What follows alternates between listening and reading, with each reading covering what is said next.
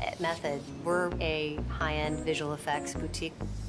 I think if anybody was to describe Method, one of the first words would probably be photorealism. We're blessed and cursed with the fact that people come to us with really difficult jobs. There's a lot of projects where we're designing something that hasn't been done before, and we really commit to a project. That's why we are such big proponents of previs. It really helps us work out a lot of the potential problems that we might come into on set when we're in the visual effects portion of the job. Directors that we've done it with love it.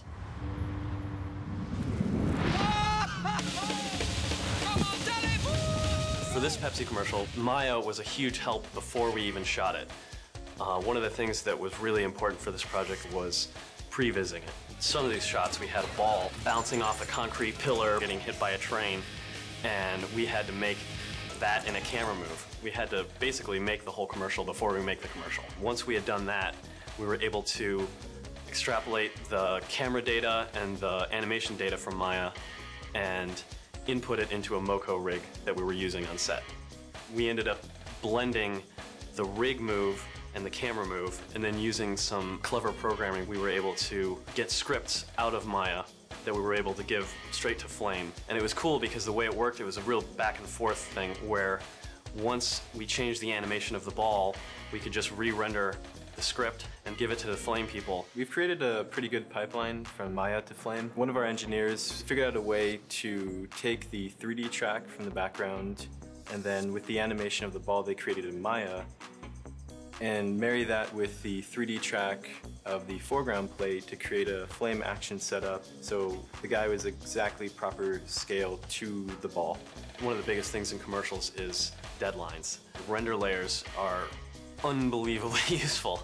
We were able to make scripts that could go through and assign geometry, assign shaders to the proper render layer, and it was just a matter of just like running a script and you could set up a file. It's saved us weeks on many projects, and on this Pepsi spot that we worked on specifically, it was 100% necessary. Like this expedition. What's going on? I don't believe it. I don't believe it. Do you see that? Our approach for Nessie was to shoot as much as we could practically so that it was grounded in reality. The monster was rigged as a CG animated monster. We used Mental Ray for our monster render, which Maya's integration of Mental Ray has been very helpful. That's our core rendering solution. We were to add the CG Nessie in place of the big crane as if Nessie was grabbing the truck. It turned out that the shoot was a lot more complicated than we initially hoped. We ended up putting the car on a crane and just kind of shooting the car into the hill, but not out of the water. So then we were responsible for creating the CG car shooting out of the water. In the end, we had to piece a lot of different elements together with one camera move. We would have to model a CG truck, throw a CG truck out of the water, have it mid-air blend into a real truck, have it land and blend into a different truck. Since it was basically all one shot, our batch setup in Flame spanned a huge time span of 200, 300 frames. And so you needed to incorporate anywhere from 25 to 75 layers. The amount of work that we do and the amount of clips and everything we deal with and the pace that we work at, we really need the interactivity of Flame.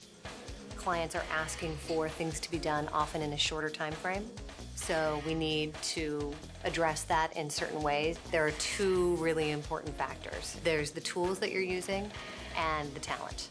And my artists are using Maya and Flame. We don't feel like there's anything else out there that allows us to do what we do on a daily basis to meet the deadlines that we have to meet. So that's why we're committed to working with them.